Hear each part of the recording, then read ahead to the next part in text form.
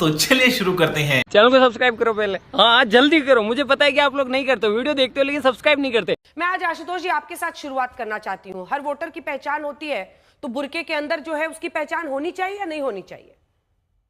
बिल्कुल पहचान होनी चाहिए, क्यों नहीं पहचान होनी चाहिए। तो चुनाव आयोग का फैसला सही है? बिल्कुल सही है। तो समाजवादी पार्टी का विरोध गलत है या कांग्रेस पार्टी का विरोध गलत है? देखिए, राजनीतिक पार्टियों के अपने अपने विरोध होते हैं, उनके अपने अपने राजनीति होती है। मैं उससे मुझे क्या लेना देना।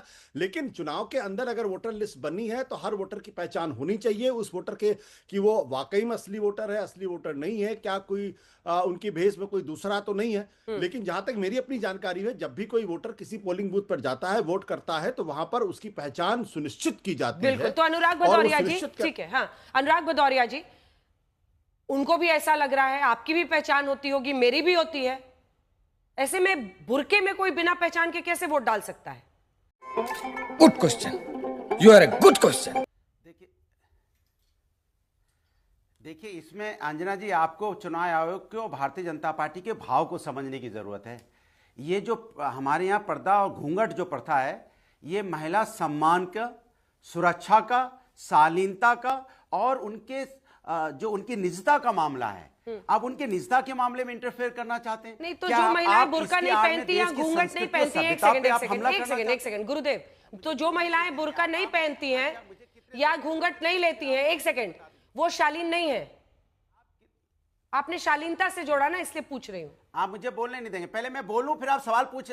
अरे अभी तो मैंने 10 सेकंड नहीं बोला, मैंने बोला इस देश, इस दुनिया के कुछ समाज में महिलाएं इसको शालीनता, सम्मान, सुरक्षा और निजता का मामला मानती हैं। ऐसा समाज में देखा गया है, क्योंकि हम समाज में, गांव में रहने वाले लोग हैं। आप बताइए कि कौन सी महिला है जो गांव के अंदर में, हमने तो देखा आज भी गांव में हमारे यहाँ चाहे दादी हो, चाहे उनके यहाँ पे काकी हो, अम्मा हो, आज भी पर्दा करके चलती हैं, आज भी पर्दे में घर के बाहर निकलती हैं, घूंघट में निकलती हैं। तो उसको आप क्या कहोगे? वो अपना निजता का मामला मानती है, इसको वो समझती है कि नहीं ये मेरा निजता का मामला है। सवाल उठता है कि भारतीय जनता पार्टी उनके निजता के मामले पे हमला क्यों करना चाहती है? क्या इसके पहले कभी चुनाव आयोग ने ऐसा आदेश पारित किया? क्या इसके पहले चुनाव होते नहीं थे? क्या इसके पहले हमारे घर की महिलाएं क्या वोट नहीं डालती थी?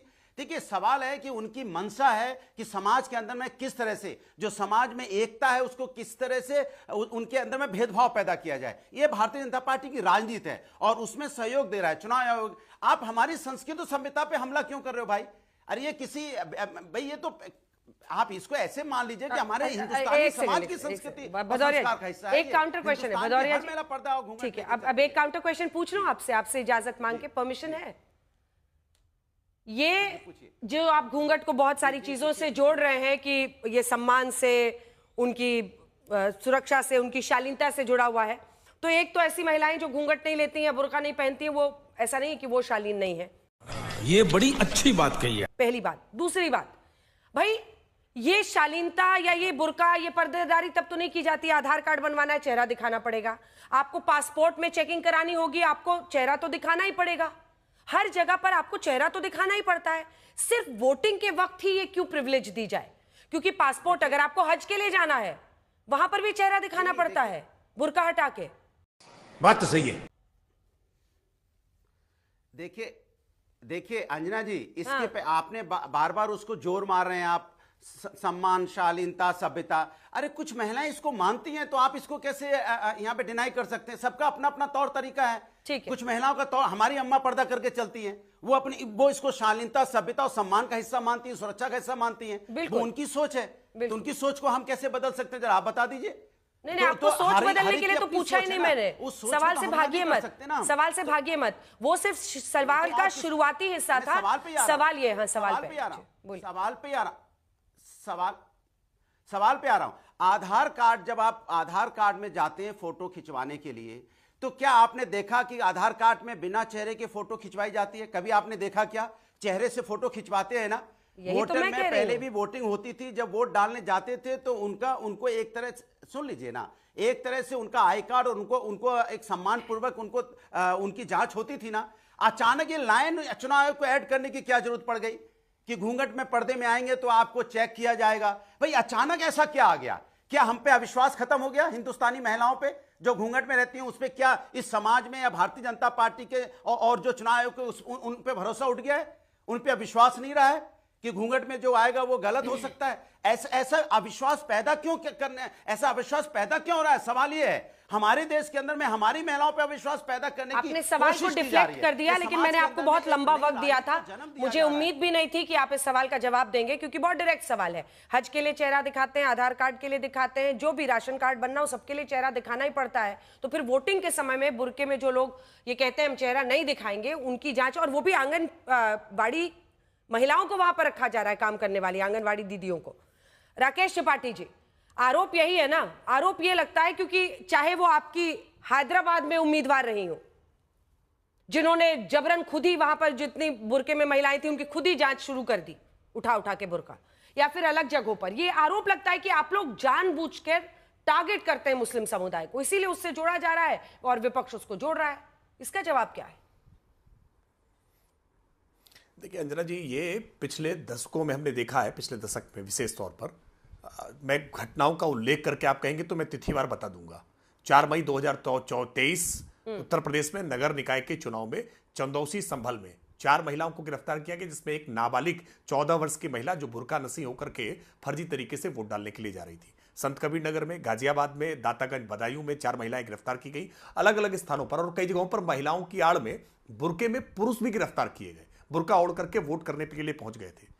ये बुर्के को एक अगर आवरण बनाया जाए कि उसके आड़ में फर्जी वोटिंग की जाए, बोगस वोटिंग की जाए, इस बात को लेकर के बीएलएस शिकायत करते रहे, और जब इस बात को लेकर के शिकायतें होती थी तो विवाद की स्थिति बनती थी, और बार बार यह कहा जाता था कि किसी पर पुरुष के सामने हम नकाब नहीं हटा सकते हैं। व्यवस्था बनाई निर्वाचन आयोग ने और यह तय किया कि मुस्लिम महिलाओं के देखने के लिए जो आपत्ति कर रही है वहां पर महिला पुलिसकर्मी लगाई जाए। महिला पुलिसकर्मियों को लेकर के फिर पॉलिटिकल पार्टीज ने आपत्ति जताई। इस बार निर्वाचन आयोग ने एक बहुत पारदर्शी व्यवस्था की, आंगनबाड़ी कार्यकर्त्रियों को वहां पर ड्यूटी पर लगाया है, जिनको बाकायदा इस बात के लिए ट्रेनिंग दी गई है। अब इस बात को लेकर के फिर समाजवादी पार्टी ने आपत्ति की है। समाजवादी पार्टी की आपत्ति का वास्तविक सत्ता से कोई सरोकार नहीं है, क्योंकि ये बिहार में चुनाव लड़ भी नहीं रहे, इनकी हैसियत भी नहीं है, इनकी क्षमता भी नहीं है। ये केवल इस बुर्के को एक मौके के तौर पर देख रहे हैं कि कैसे अपने आप को सबसे बड़ी मुस्लिम परस्त पार्टी होने का दावा कर ले, कैसे कांग्रेस पार्टी से अपने आप को 20 साबित करे कि हम उससे 19 नहीं, हम 20 हैं, मुस्लिमुं के सबसे बड़े रहनुमा हम हैं। इनका बुर्के में कोई नारी गरिमा, नारी सम्मान से कोई सरोकार नहीं है। ठीक है, सही पकड़े हैं। तीन तलाक के मुद्दे पर खड़े होते, ये मुस्लिम महिलाओं के अधिकार के मसले पर खड़े होते, ये मुस्लिम महिलाओं के किसी मुद्दे पर बोलते हुए कभी आपने देखा हो किसी कांग्रेसी को, किसी सपाई को? ये साहबानों के पक्ष में वकालत करने वाले, साहबानों का अधिकार छिन जाए इसके पक्ष में वकालत करने वाले लोग हैं। इनका मुस्लिम महिलाओं के अधिकार से मतलब नहीं है, केवल उसके आड़ में फर्जीवाड़ा करना और कैसे स्थापित करना कि इस देश में मुस्लिमों पर अत्याचार हो रहा है, मुस्लिमों के सबसे बड़े रहनुमा हम हैं। एक तर्क नहीं बता सकते अनुराग भदौरिया कि क्यों मुस्लिम महिला का चेहरा नहीं देखा जाना चाहिए, क्यों बुर्के की आड़ में रुक जाइए अनुराग जी, बहुत 3 लोग और इंतजार करें। आलोक जी, जल्दी से आपका एक रिस्पॉन्स इस पर, क्योंकि जो खैर समाजवादी पार्टी की तरफ से चूंकि ये दायर किया गया है पिटीशन, तो उस पर मैं अलग बाद में आऊंगी। आलोक जी, मतलब हर वोटर की अभी तक गलत होता आया है, इसलिए अभी उसको कंटिन्यू किया जाए, ये तो गलत है ना? क्योंकि वो कहते हैं कि हम पराये व्यक्ति को नहीं दिखाएंगे, आदमी को, तो ऐसे में वहां पर आंगनबाड़ी दीदियों का इंतजाम किया जा रहा है, इसमें क्या दिक्कत है? सबकी पहचान तो होनी ही चाहिए, हर जगह करनी पड़ती है, हर सरकारी काम में। आलोक जी। अंजना जी, मैं बिल्कुल इसका पक्षधर हूं कि पहचान होनी चाहिए, और अगर महिला वहां पर कर्मचारी हैं और अगर वो देखती हैं तो मुझे नहीं लगता कि कोई बहुत आपत्ति का विषय है। पारदर्शिता की सब उम्मीद करते हैं, इसमें कहीं पर कोई दो राय नहीं, लेकिन सवालिया निशान जब लगते हैं जब बुर्के के नाम पर हिंदू मुस्लिम करने का प्रयास किया जाता है। जब एक तरफ इलेक्शन कमीशन कहता है कि मैं वीडियो फुटेज नहीं दूंगा किसी की भी, अरे भाई फिर तब आपने निजता का हवाला दिया था वहां पर इलेक्शन कमीशन साहब ने, कमिश्नर साहब ने स्वयं, कि वहां पर निजता है हमारी माताएं बहनें। अब एक तरफ फिर आप ये चीज करना चाहते हैं, तब जाके कॉन्ट्रडिक्शन भी नजर आता है। लेकिन फिर भी मैं इस चीज का पक्षधर हूं कि पारदर्शिता होनी चाहिए, और अगर ऐसी पारदर्शिता नहीं होगी तो फिर फोटो आईडी कार्ड का, जिसमें फोटो शब्द पहले आईडी कार्ड से, उसका महत्व समाप्त हो जाएगा। समाजवादी पार्टी के अपने तर्क हो सकते हैं, मुस्लिम समुदाय के अपने तर्क हो सकते हैं, लेकिन भारतीय लोकतंत्र के हिसाब से जो मैं व्यक्तिगत तौर पर मानता हूं वो ये है कि पारदर्शिता होनी चाहिए। आलोक जी, आजकल आप व्यक्तिगत तौर पे बहुत कुछ कह रहे हैं, पता नहीं पार्टी वाले क्या कहेंगे, क्योंकि पार्टी की आपकी हमने बाइट लगाई, वो तो सुरेंद्र राजपूत जी कह रहे हैं कि उसको तुरंत वापस लेना चाहिए चुनाव आयोग को। मुझे लगता है अनुराग जी को डिफेंड करने देते हैं, क्योंकि आप भी मानते हैं, क्योंकि एक सामान्य मतलब विवेक है कि सब हर कोई हर जगह चेहरा दिखाता है। कोई भी बड़ा से बड़ा आदमी भी जो इसकी हर रोज फोटो छपती हो, अनुराग भदौरिया जी छोटा सा बोलिएगा, उसके बाद से मैं आशुतोष जी, कोई भी हो व्यक्ति, आपको फोटो आइडेंटिटी कार्ड, फिर वो कहते हैं चश्मा उतारिए, चेहरा दिखाइए, अगर किसी ने डार्क ग्लासेस पहने हो, टोपी पहनी हो, कुछ भी पहना हो, हटवाते हैं, सबका हटाकर आपके चेहरे की पहचान होती है भदौरिया जी। ठीक है आलोक जी, 2 लाइन। अंजना जी देखिए, मुझे लगता है कि ये सवाल उठना या विवाद उठना, उसके पीछे एक पूरा एक हिस्ट्री हो गई है कि देश के प्रधानमंत्री लोकसभा के चुनाव में कहें कि ज्यादा बच्चे वाले, मुजरे वाले मंगलसूत्र छीन ले जाएंगे, 80-20 की जब बात की जाती है तो स्वाभाविक है कि एक समुदाय को ऐसा लगता है कि हमारे साथ भेदभाव हो रहा है।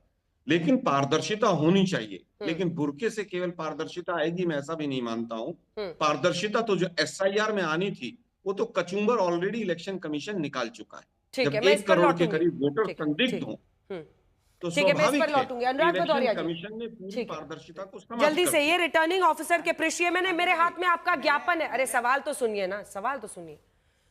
समाजवादी पार्टी उत्तर प्रदेश के ज्ञापन में लिखा हुआ है कि हैंडबुक फॉर रिटर्निंग ऑफिसर के पृष्ठ 143 के paragraph 13.6.9 process of identification of voter by polling officer में मतदान के दिन मतदान अधिकारी को मतदाता की आईडी, मतदाता पहचान पत्र की जांच करने का अधिकार दिया गया है। सिर्फ आईडी देखने का अधिकार दिया गया, ये आपने लिखा है, जबकि मेरे हाथ में तो पूरा मैनुअल है।